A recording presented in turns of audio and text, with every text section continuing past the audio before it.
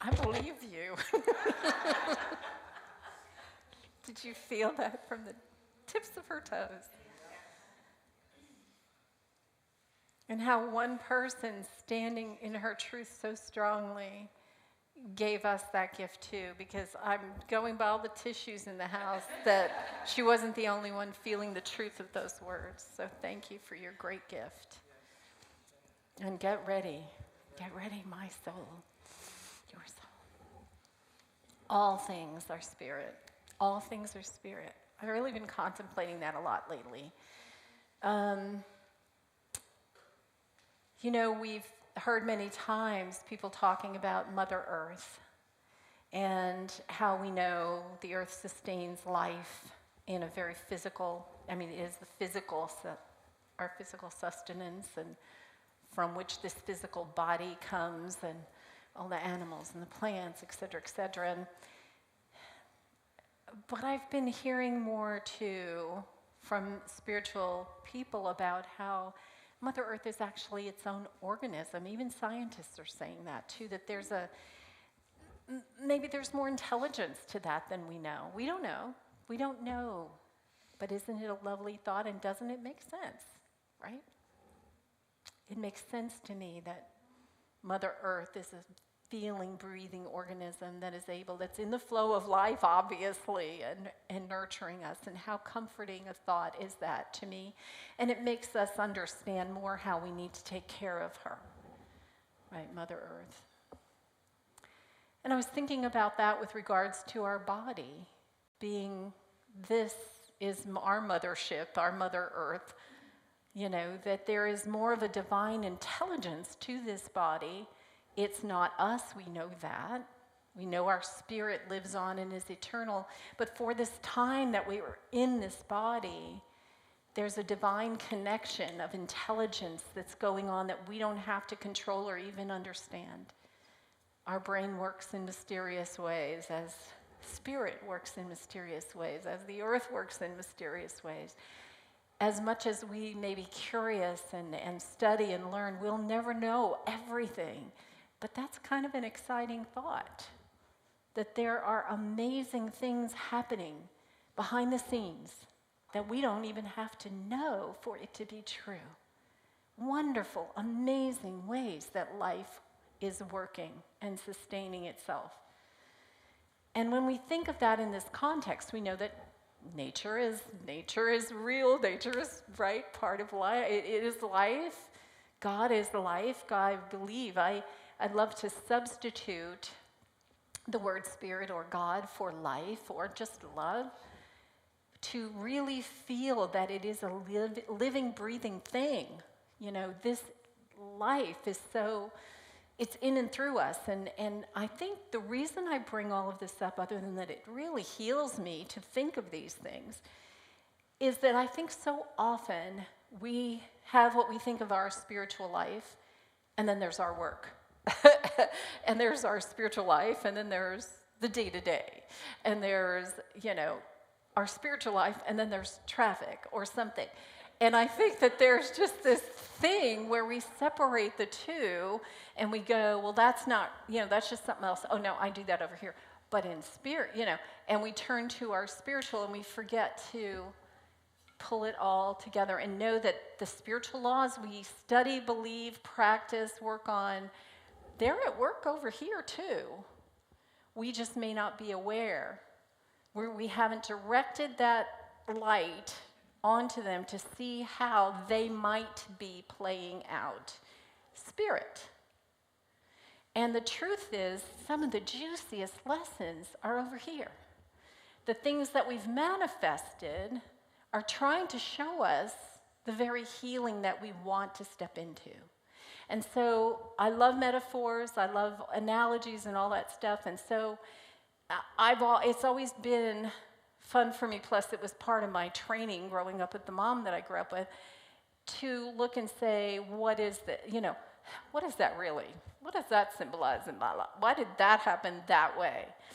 And I think you can go down a road where you're playing the blame game. That doesn't help. Blaming yourself, oh my God, why did I do that? That doesn't help. But to view it honestly, like an experiment. oh, I went this way. That wasn't, that was not exactly helpful when I did this, that, and the other, you know? And to actually learn from our experiences. And I think a good example is when we're young people and we're dating. And so, like, you go out with John, and something's wrong with John. And so you break up. He breaks up with you, you break up with him, whatever the circumstances are, and you're all upset about it. So then you go on to the next person, right? And you try, and you're like, well, but your only thing is, it's not John. Not what was it about that made that not work? How was I acting or showing up that wasn't authentic to me? Or how was he acting that was not acceptable to me? Whatever that thing is, and to learn from it so the next time you choose, you've elevated your expectations and understanding of how you want to interact with the world. So it's just a good example, I think, of how, you know, we can put the blinders on and just go next, you know? Or we can say, what the heck, you know, what could I adjust to make this come into focus better in my life? You know, what about this is different? So all things are spirit, all things are spiritual, and I like, no matter what we go into, I think traffic is always a good example, but that's another story. So I have been kind of really digging my spiritual analogies into the fact that we decided to take on the big project of cleaning out the garage. Okay, not just any garage. A lot of you, probably most of you, have better garages than the way that we had ours set up.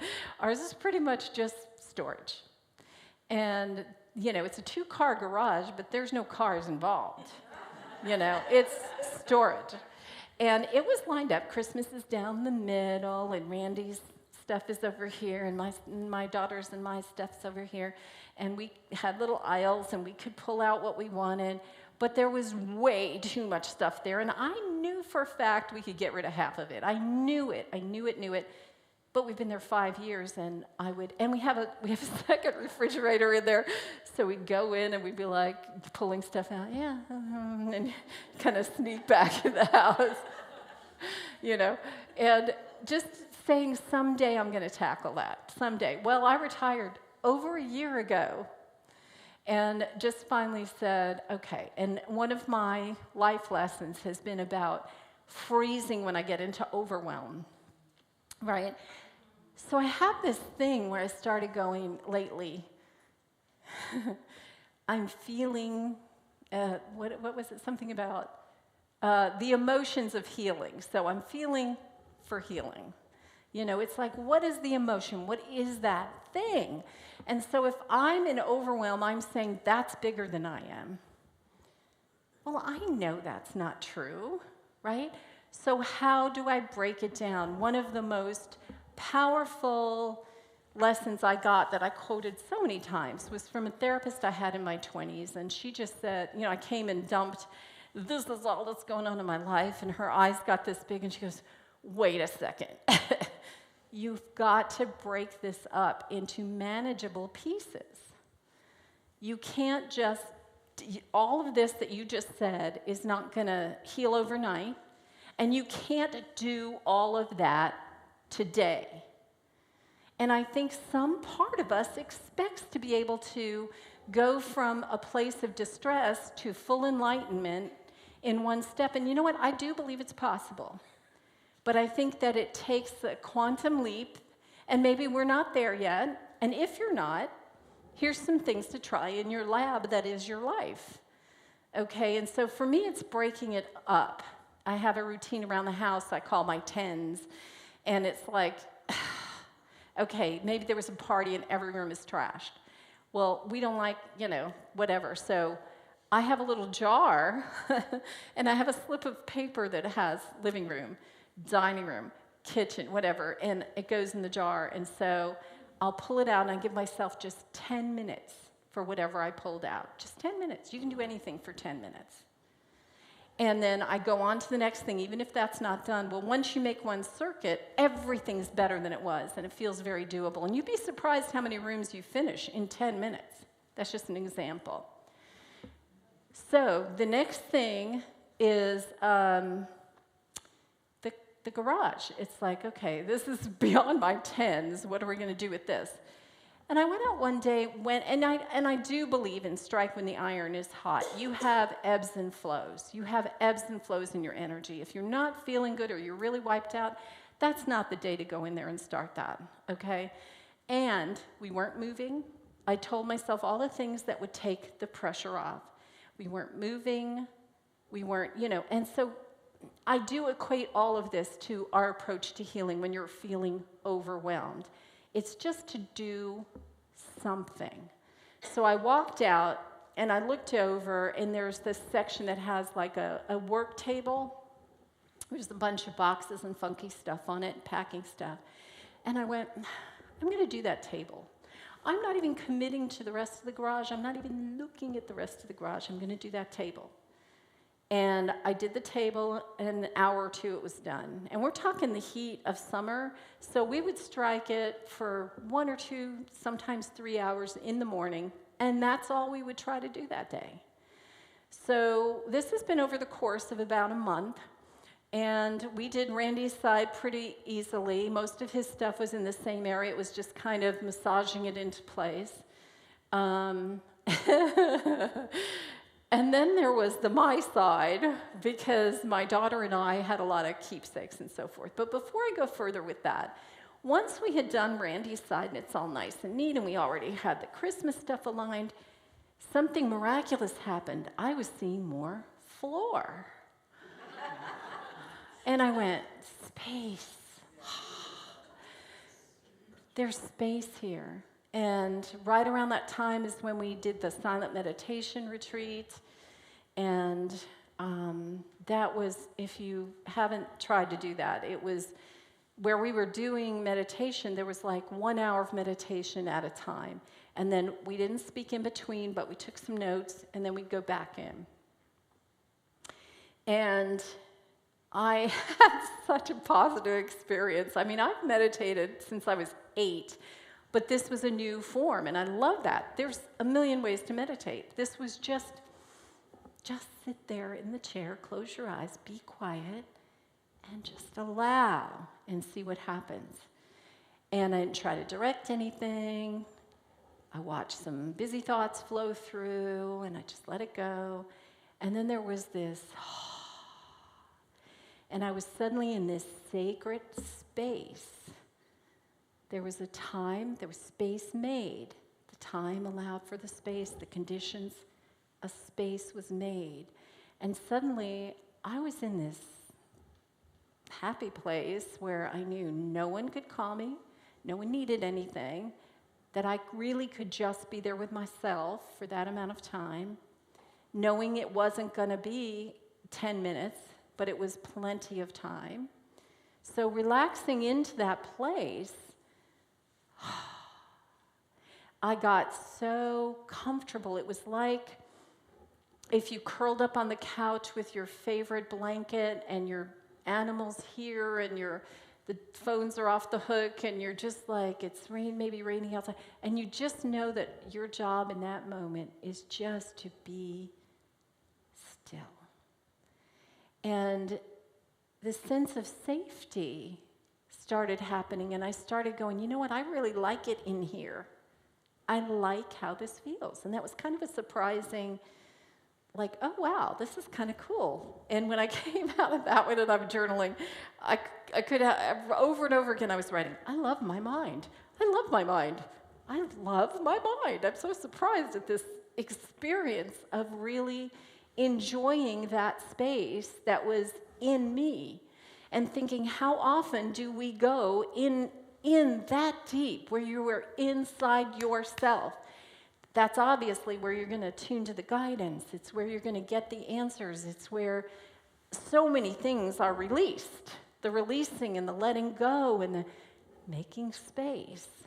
That's where the creativity comes from. It's born in that kind of space. And to just, how often do we make that space? And one of the things I journaled afterwards, too, after discovering my inside, in a different way. It's not that I'd never meditated before, but in a different way, I said, oh my gosh, if I never go in there, it's like I've chosen to live on my own doorstep.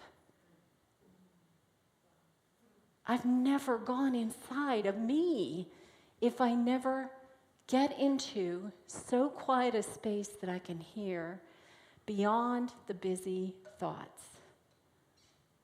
beyond the thoughts that have to do with what I have to do today, beyond all of that.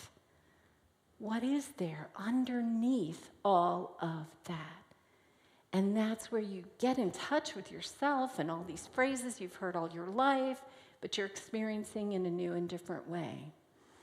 And so to me, probably the most powerful lesson that I learned from cleaning out the garage, tied with that, was making space. Because I came out of that writing, space is that place where anything can happen. When you've created space, that's where all things are possible. All things are possible if you haven't already written all over it. If you haven't already filled it up with boxes. Anything could happen in that space now. Now it's potential. You've created a place where anything could happen. That was super powerful for me. And I've just been like going, wow, I always knew the power of release, and the more things I let go of, the lighter I feel, and all of that is true. And I did find that to be true again. But it was so emotional. There were some really lovely things, and I was getting so, every time I do another little corner or another little section, I found it helped me to know what my next step would be. Because if I left it and I went, oh, I did thus and such today, tomorrow, or maybe it wasn't even tomorrow, sometimes I would take a couple days. The next thing I'm going to do is this. That would get me excited about going back. So I'm thinking about that in our healing.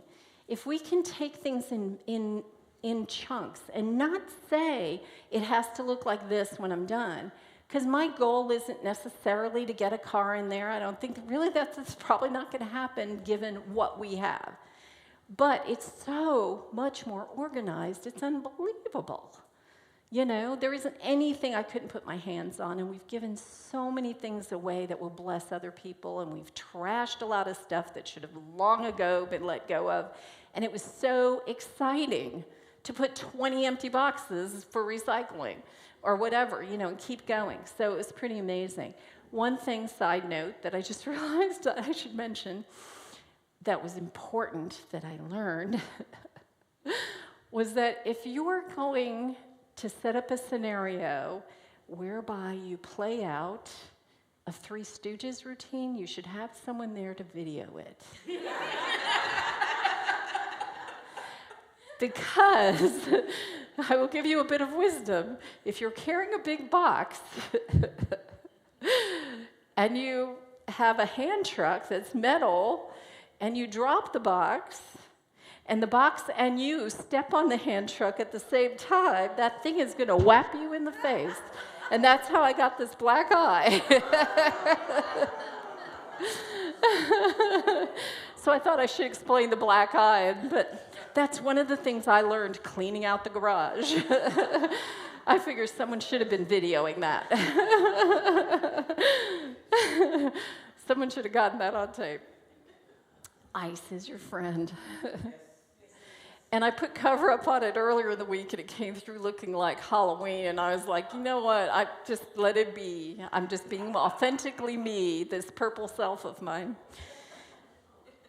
So there's so much that I got out of it, so many interesting things.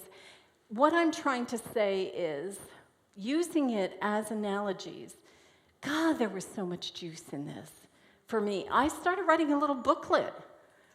I started bullet pointing because there were so many lessons I'm getting out of this, and I'm still getting out of it. Of wow, those things could have blessed someone long ago if I had just let go of it. And I started thinking about why did I keep this? Without judgment. Why did I keep that thing? Just curiosity. from my more evolved self, being able to look at it and go, what in me thought I needed this thing still? Just curious and see what comes up for me. And I realized that a lot of things I kept were when I wasn't doing very well financially at all. And so if I had something that was a perfectly good toaster, we had 4 in the garage, by the way. If I had a perfectly good toaster, then that is worth something, and I shouldn't just give that away. I shouldn't just throw that out, because, you know what I'm saying? So I was affirming my need to hold to anything that might be valuable, instead of letting go of what I truly didn't need anymore, and saying, that can bless someone else, and I can now buy a blender. Whatever it is, you know what I'm saying, is to be able to learn from the joy of letting go and knowing those things will bless other people. And then there's little magic things that drop in. And for me, I had papers. Now, I could have just taken the papers and dumped them into another container. My big thing was getting out of the boxes and putting them in bins, smaller bins that can stack easily and be carried easily. And I could have just done that. I did that with a lot of my daughter's things, because she just wasn't keeping up to when I got all excited, which was really fun to go from, I'm not feeling overwhelmed, now I'm excited about this. I got this, oh wow, this feels good. And I wanted to move on through it. And I kind of forgot my point. So, let's see. So I was going through papers, thank you. I knew someone would. Somebody, thank you. Sorting. And I like to sort, so I was like, okay, it's getting in the trash. It's still being saved because I know it will lift me if I see this again. Or, God bless you for sending me that card that I've now carried for 35 years, and I can let it go. I didn't throw out most of my cards, I have to admit that one. But if I couldn't remember who that person was, I said, thank you. Thank you for blessing me and walking on my path, and I let it go. But one of the little fun things that came up is one of the things, we have those things, even as we're working on ourselves spiritually, that when we look back on an event, maybe we still carry some self-judgment about. Like, man, I wish I so wouldn't handle it that way. Maybe even the next day I would have handled that better. And you just I am so blessed that there aren't a ton of stuff like that in my life, but I've got a few. And the one I probably judged myself the most about, I found this letter as I was going through the papers. And in the letter, I was telling someone what I had done and why I had done it, what my reasons were, what the conditions were. And there was stuff in there that I had forgotten were extenuating circumstances. Now, I would still handle that differently today, but it made it so much easier to continue the forgiveness and letting go of that individual that made that decision. So it's such a gift to me that I happened upon that letter that I had saved a copy of, because it was like journaling, and I love to journal. And it was like this chronicle of what had, and I was like, I didn't even remember it like that. And I knew myself well enough to know I put it down the way it happened.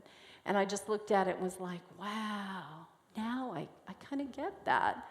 I wouldn't do it that way now, but I get why I did with what I knew then. And it was such a burden off my shoulders. So it was kind of one of those unexpected little gifts that I got in the middle of doing all of this. And just to say, I really feel like all of this is such a spiritual lesson. One of the things I learned that kind of lit a fire under me to do the second part and get through with it is when we did the first part, we were pretty much able to work in the garage, because Randy's stuff was, we could just kind of maneuver it. But when we were doing my stuff, I had to work more than 2 or 3 hours on it a day. Well, I wanted to, honestly.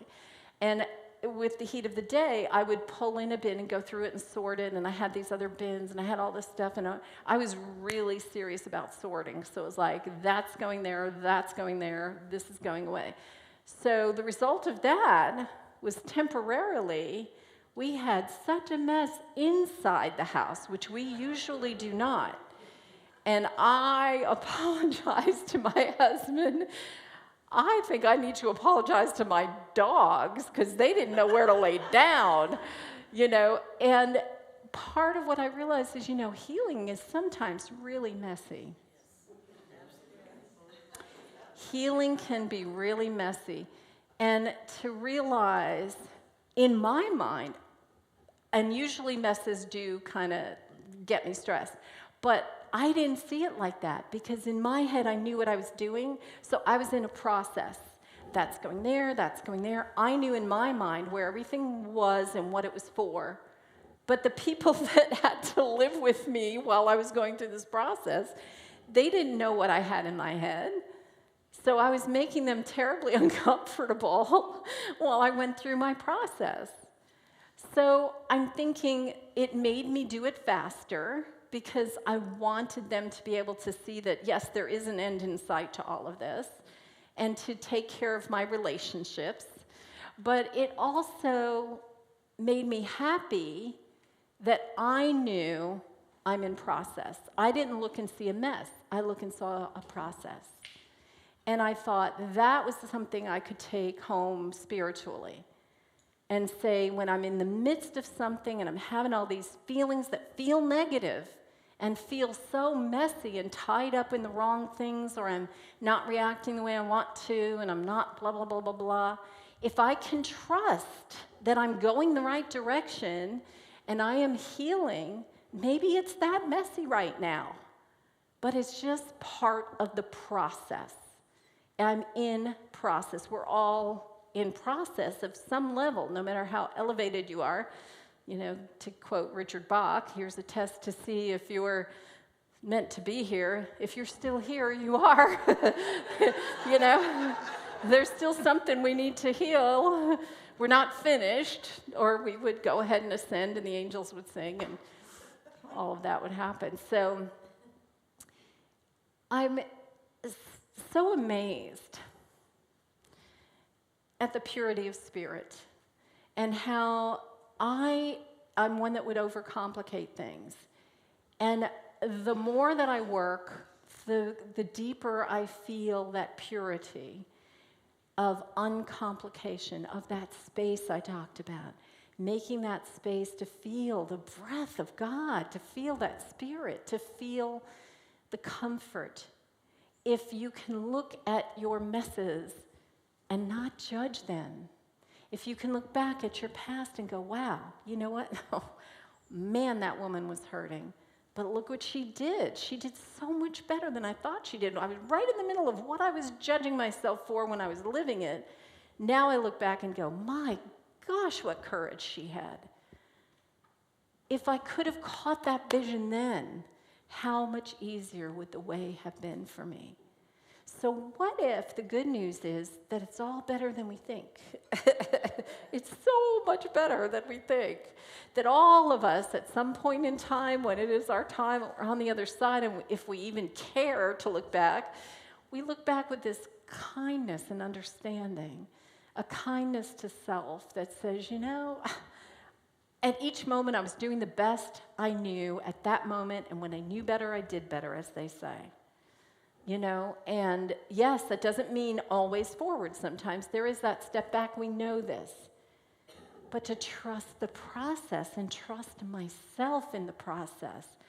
If my eye is on the prize, and the prize is not the clean garage, I think the prize is that space, that I'm creating more space for spirit to be experienced in my life, that there is nowhere, not even behind 10 boxes, that God is not.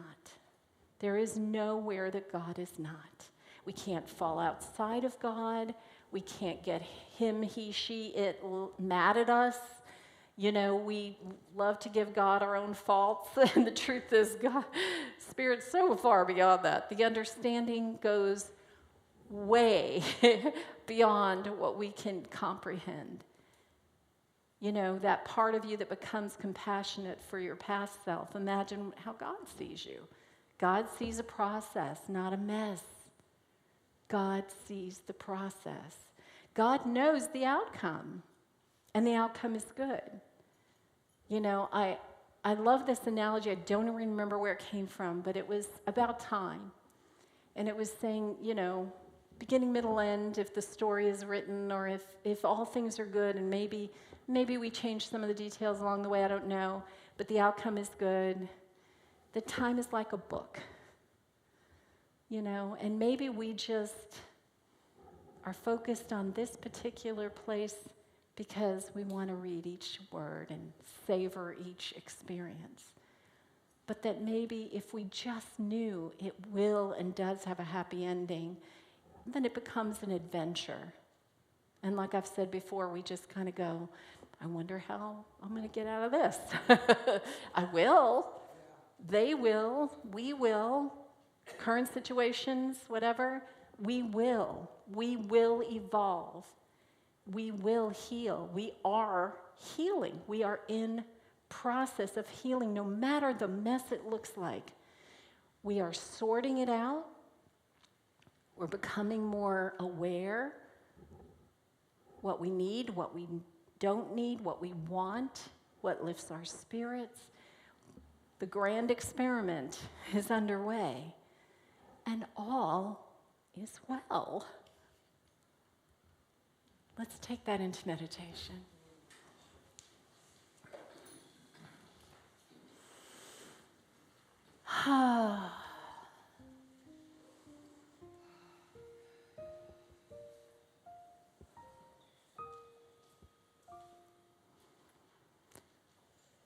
So again, just feel the presence. Allow your breathing to coincide with that.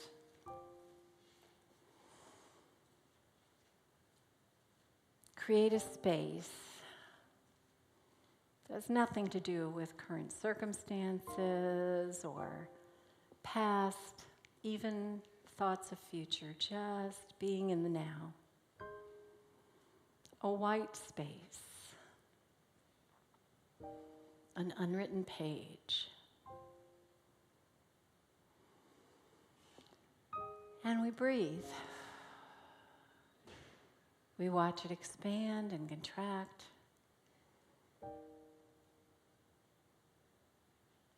We feel the energy of life itself breathing through us.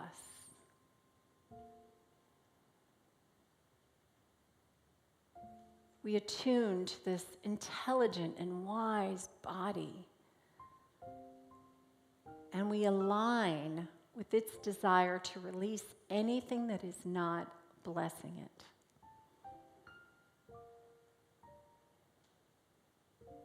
We release toxins, we release thoughts, we release emotions that do not serve our highest good.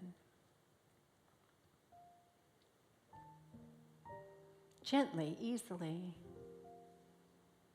in perfect order and perfect divine timing.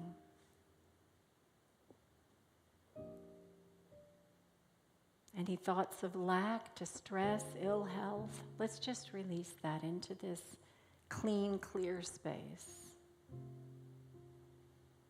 where all things are possible.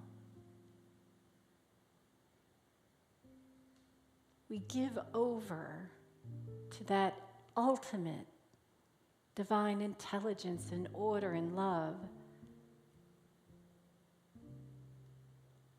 how it should flow. We just give that over. The timing, the design of it.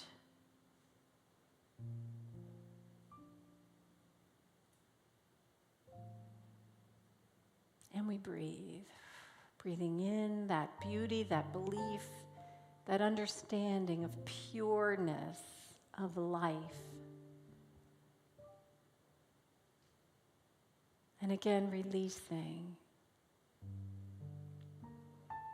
Releasing. Clearing and cleaning. known and unknown, whatever is not needed.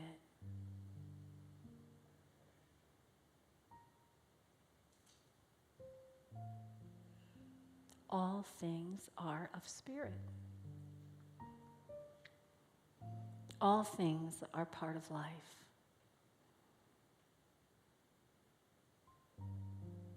The hand of goodness works everywhere, evenly present.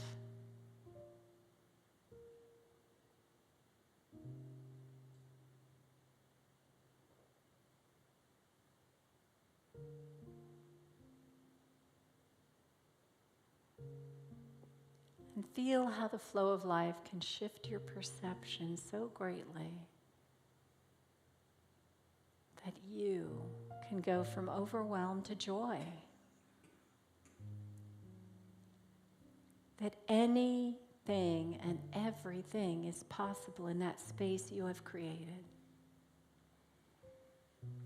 Nothing is beyond you or bigger than you. You are a child of God. You love what you love for a reason. You are drawn to that which will bless you, and it is drawn to you. Your abundance of all good things is just as drawn to you as you have been to it.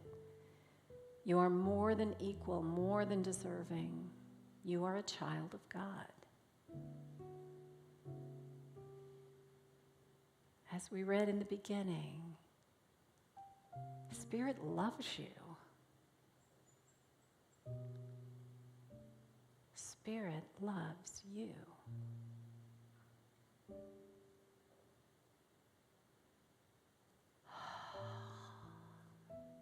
And how do we now choose to feel and act differently, knowing that the living, loving energy moves in and through us, helping us make choices, helping us do what we really want to do?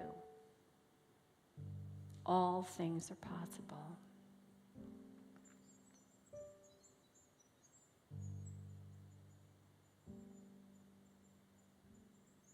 So what wonderful things do you see happening in your space? If you have a word you put on the tree for this year, how might that show up in this wondrous space you have made? Can you see a multitude of ways that might appear and manifest and be experienced?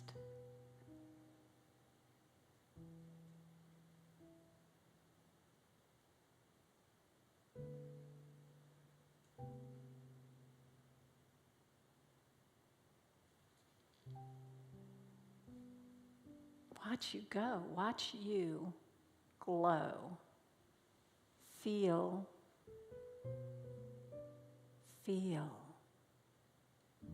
that healing energy. You are moving forward, even if it's incremental, one step at a time. Don't judge it. You took a step. Celebrate that step. And that energy of celebration moves you another step or two. And so it goes.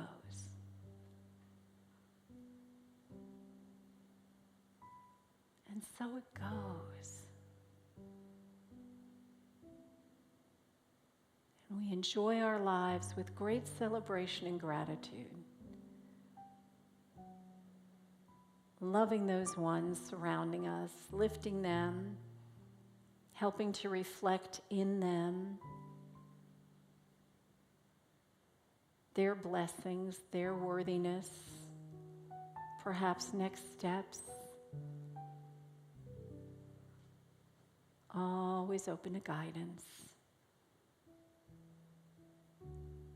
Spaces, being open, allowing, watching, being curious.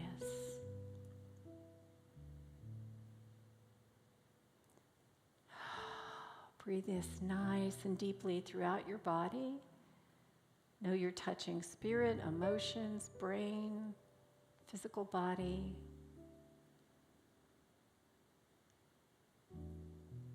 Spirit is love. Spirit is healing. Spirit is all there is. And we let this be the truth of our walking. Amen.